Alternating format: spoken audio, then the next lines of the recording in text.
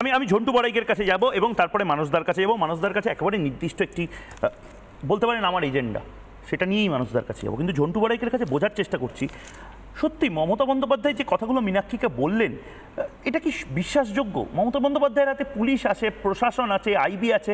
ঝন্টুদা, আপনি জানেন কিভাবে এক একটা করে মিডিয়া চ্যানেলকে মনিটরিং করা হয় তৃণমূল কংগ্রেসের তরফ থেকে, তারপরেও মমতা বন্দ্যোপাধ্যায় কিচ্ছু জানেন না।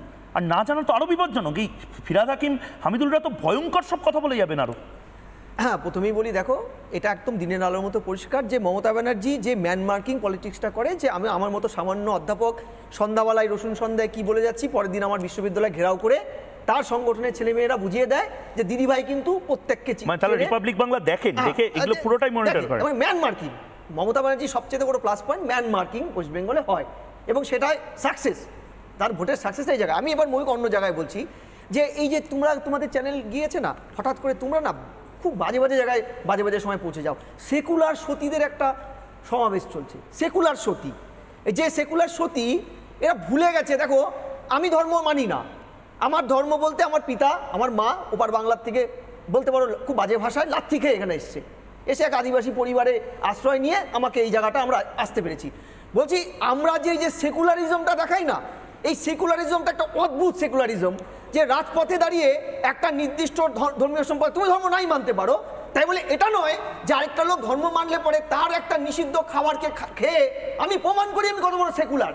আমি বলছি একটা সময় বাম লিবারেলিজমের যে পেশাদ খেয়ে পরমান্ন খেয়ে আমরা স্নো পাউডার মেখে হিন্দু ধর্মের যত বদনাম করা যাক আমরা তার মধ্যে স্ট্রিক্টলি নট থাকতাম, কারণ আমরা যদি নন সেকুলার প্রমাণিত হয়ে যাই।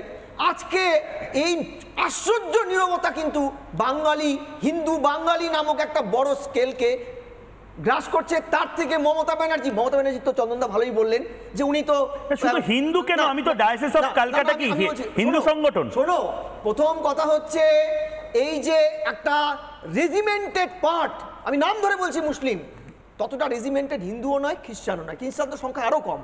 এই রেজিমেন্টেশনকে তোলাই দিতে পারলে তাহলে মমতা ব্যানার্জি ফুলে ফেপে উঠবে, যেটা নেহরুইজমের একটা পার্ট ছিল।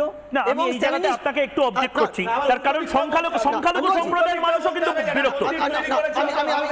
আমাকে না, আপনি একজন চন্দনবাবু, আপনাকে এটাও বলতে হবে, চন্দনবাবু আপনি তো অনেক বড় বড় কথা বলছেন। আচ্ছা বলুন, ভারতবর্ষের সংবিধানের সেকুলারিজম কথাটা তুলে দিয়ে এগুলো বলুন।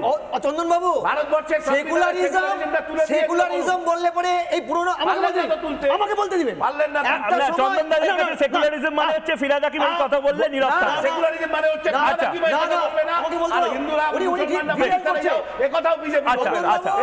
ঝন্টুদা বলেন। রিচ কাণ্ডের পরে 2007-এ সাচার কমিটি রিপোর্টে পরে আমাকে বলতে দিন,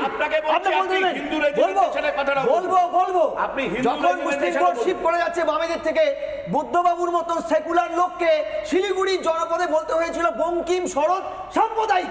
কোন সেকুলারিজমের কথা বলছেন? আমি বলছি এক চোখা হরিণ হবেন না।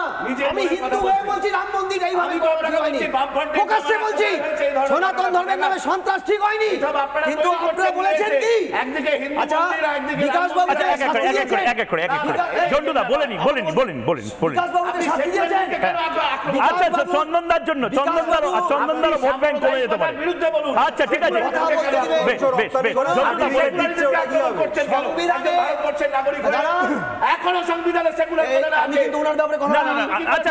আচ্ছা চন্দনদা বলে নিলে এবার আমি ঝন্টু বাবু বলে নিন, তারপরে মানসদার কাছে। সংবিধানের 51 ধারায় একজন অশোক স্তম্ভধারী, আমি WBA এসেছিলাম, ফিরহাদ হাকিম ওই পদে আছে, বুদ্ধবাবুও পদে ছিলেন অশোক স্তম্ভধারী। তাদের বলা হচ্ছে সংবিধানের শপথ নেওয়ার সময় ধর্মনিরপেক্ষ বিজ্ঞানসম্মত সমাজের শপথ নেব। ফিরহাদ হাকিম কিন্তু আয়াতুল্লাহ নয়, তিনি মেয়র যেই পদে সুভাষচন্দ্র বসু বসেছিলেন, যিনি হিন্দু কট্টরবাদকে বারবার কষাঘাত করেছেন। আপনারা বলুন বিকাশ বাবুর বিরুদ্ধে কি ব্যবস্থা নিয়েছেন আপনারা? আপনাদের একই কথা না, সাংসদ করেছেন আপনারা। একবার বলেছেন মোহাম্মদ সেলিমকে মেশাচ্ছেন, মোহাম্মদ সেলিমকে একবার, আচ্ছা আপনারা বড় সেকুলার না, যেখানে মুসলিম সংখ্যাগরিষ্ঠ সেখানে প্রার্থী করছেন আপনাদের একজন মুসলিম ক্যান্ডিডেটকে, এটা আপনাদের সেকুলারিজম। বেশ বেশ বেশ বেশ ধন্যবাদ, হয়ে গেছে আমি মানুষদের কাছে যাব, হয়ে গেছে। আচ্ছা চন্দনদা আমি আচ্ছা কেউ ঠিক আছে চন্দনদা চন্দনদা হাকিম বলে থাকেন ভুল বলছেন, আর হিন্দু সাম্প্রদায়িক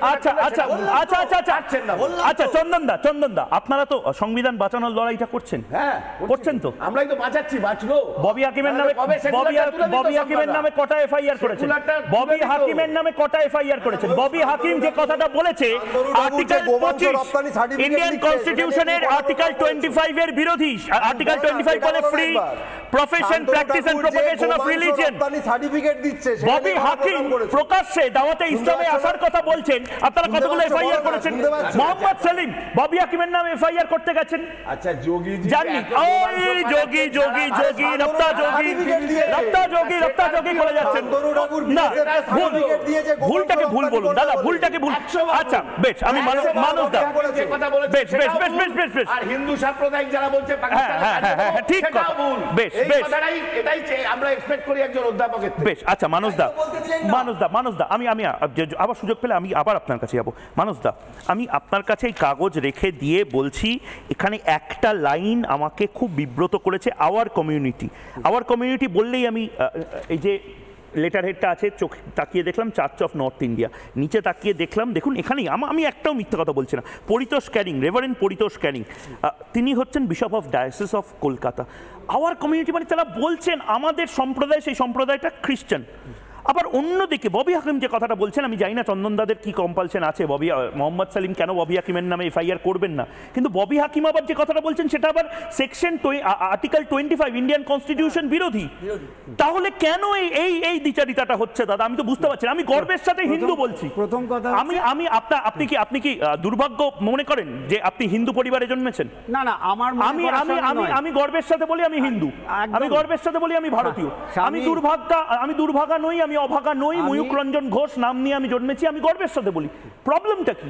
একটা মন্ত্রী বলতে পারে স্বামী বিবেকানন্দ বলেছিলেন আমি গর্বের সাথে হিন্দু, সুতরাং আমরা কেউ দুর্ভাগা নই। প্রথম কথা হচ্ছে যে একজন সাধারণ বাঙালি হিসাবে এই মুহূর্তে যে ইন্টারভিউ শুনলাম মাননীয় মুখ্যমন্ত্রী, তিনি তো আমারও মুখ্যমন্ত্রী, সেখান থেকে আমরা ভীষণ আতঙ্কিত।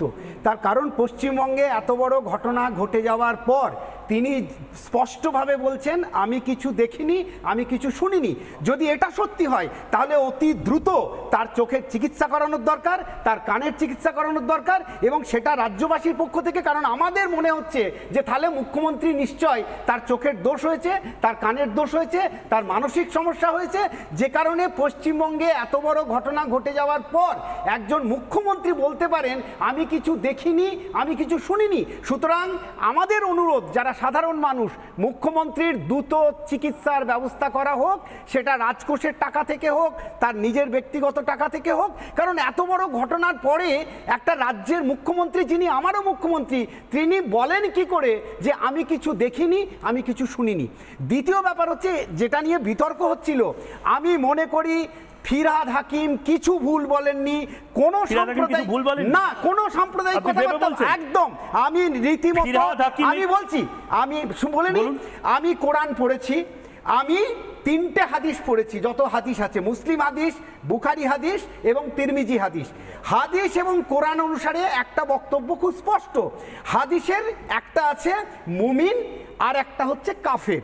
কাফেরটা আছে সূরা মায়েদা 44 নম্বর আয়াত। সেখানে বলা হচ্ছে যে পৃথিবীর দুভাগে বিভক্ত, একটা হচ্ছে মুমিন মুসলমান, সেটা হচ্ছে সূরা মুমিনন বলে একটা সূরা আছে, 23 নম্বর সূরা। সেখানে বলা হচ্ছে যারা আল্লাহর বিধানে বিশ্বাস করে তারা মুমিন, তাকে বাদ দিয়ে যারা আল্লাহর বিধান বিশ্বাস করে না তারা হচ্ছে কাফের। সেই কাফেরদেরকে নিজের ধর্মে আনাটা হচ্ছে একজন মুমিন মুসলমানের কাজ। পুরমন্ত্রী রাজ্যের সেকুলার দেশের সেকুলার রাজ্যের পুরমন্ত্রী বলছেন, এইবার বলছি তিনি প্রমাণ করেছেন যে আগে আমি একজন মুসলমান, তারপরে আমি একজন তৃণমূল নেতা, তারপরে আমি রাজ্যের মন্ত্রী। তৃণমূলের যারা হিন্দু আছেন তারা কি সেই সাহসের সঙ্গে সেটা প্রমাণ করতে পারবেন যে আমি আগে একজন হিন্দু, তারপরে একজন তৃণমূলের নেতা, তারপরে আমি রাজ্যের মন্ত্রী? সেটা যদি হয় তাহলে মুখ্যমন্ত্রী আগে প্রমাণ করুন ফিরহাদের পথ ধরে যে আগে আমি মমতা ব্যানার্জি একজন হিন্দু, তারপরে আমি মুখ্যমন্ত্রী, তারপরে আমি রাজ্যের শাসক। সেটা করবেন কেন? সেই সাহসটা কি তিনি দেখাতে পারবেন? ফিরহাদ যা করেছেন তার ধর্ম মেনে করেছেন। ফিরহাদ তার ধর্ম থেকে একটুও বিচ্যুত হননি। ইসলামে বলাই হয়েছে যে একজন মুমিন মুসলমানের প্রধান কাজই হচ্ছে, ইসলামে বলা থাকতে পারে, কিন্তু আমি সসম্মানে বলছি একজন মন্ত্রীর কি এটা কাজ? এটা মন্ত্রীর কাজ না। মন্ত্রী হিসাবে তিনি করেননি তো, তিনি ধর্মগুরু হিসেবে করেছেন।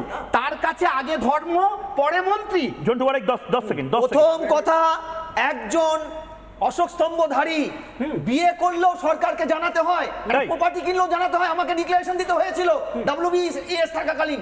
উনি অশোক স্তম্ভধারী, উনি কোনোভাবে পদটা ছেড়ে দিন। উনি কি আয়াতুল্লাহ?